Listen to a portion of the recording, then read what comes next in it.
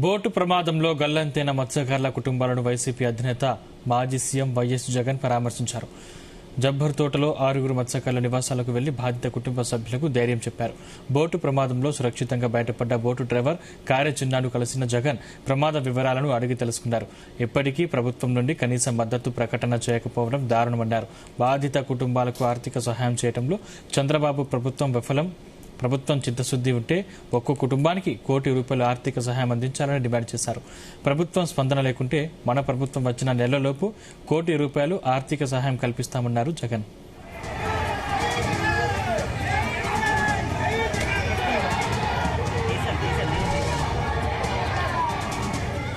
ఇంకొక బాధితురాలకు సంబంధించిన భార్య అబద్ధమా? మీరందరూ ఈరోజు వీళ్ళందరూ కూడా ఈరోజు ఎందుకు మీడియా ముందర నిలబడ్డారు? ఎందుకు వీళ్ళందరూ కూడా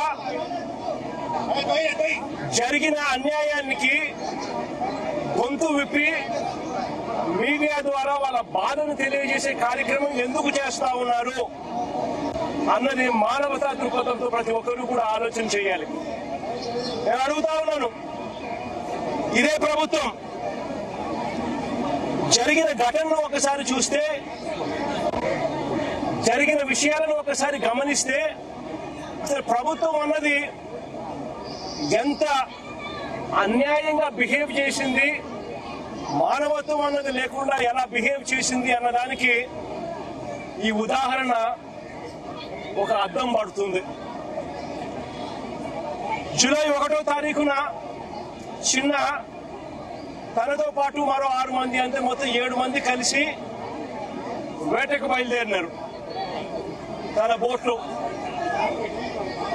వేట కూడా బోటు క్యాప్సైజ్ అయ్యే ప్రదేశం వచ్చేసరికి కేవలం 10 మైళ్ళు విశాఖపట్నం గంగవరం పోర్టు నుంచి, విశాఖపట్నం పోర్టు గంగవరం పోర్టు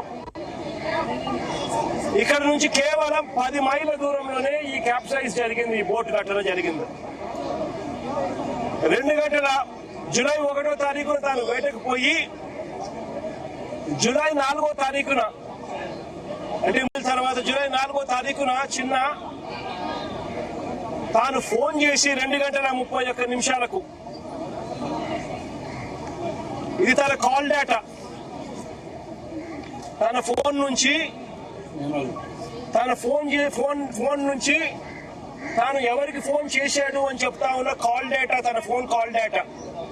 తన మేనల్లుడు గురునాథకు జూలై 4వ తారీఖున 2:31 తాను ఫోన్ చేసి మరో గంటలో ఇంటికి వస్తున్నాను అని తాను చెప్పాడు.